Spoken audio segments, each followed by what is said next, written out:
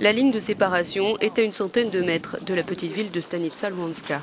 Ici, la situation est tendue. La ville a lourdement payé le prix des affrontements entre l'armée ukrainienne et les insurgés de la République autoproclamée de Luhansk.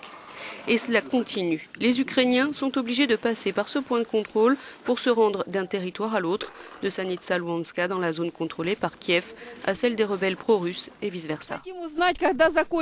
Nous voudrions savoir quand ce bazar prendra fin. L'Ukraine c'est ici et c'est là-bas, explique cette femme qui vit à Stanitsa mais dont la fille travaille et vit à Luhansk.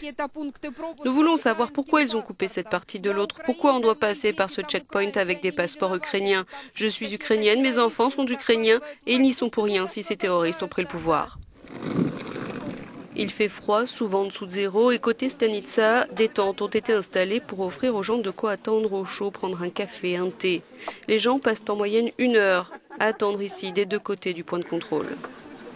Ils vont voir leur famille, parfois retirer leur retraite, car Kiev ne les paie plus dans les zones séparatistes, étant donné qu'il n'y a plus aucune voie officielle pour les distribuer.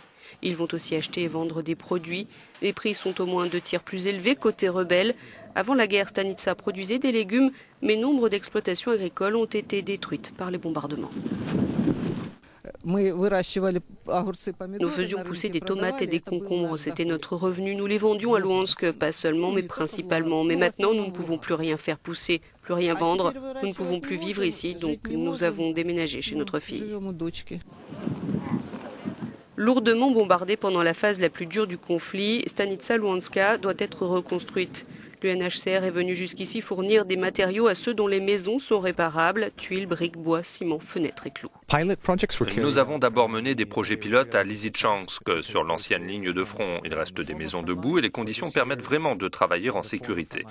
Pour cette année, les villes sur l'ancienne ligne de front continueront à rester la priorité pour la reconstruction, mais on arrivera jusque-là. Avec d'autres ONG, le gouvernement ukrainien a démarré un programme de reconstruction, mais Stanitsa Luhanska n'en fait pas encore partie à cause de sa proximité avec la zone séparatiste. Elle serait en première ligne si jamais les combats reprenaient un jour.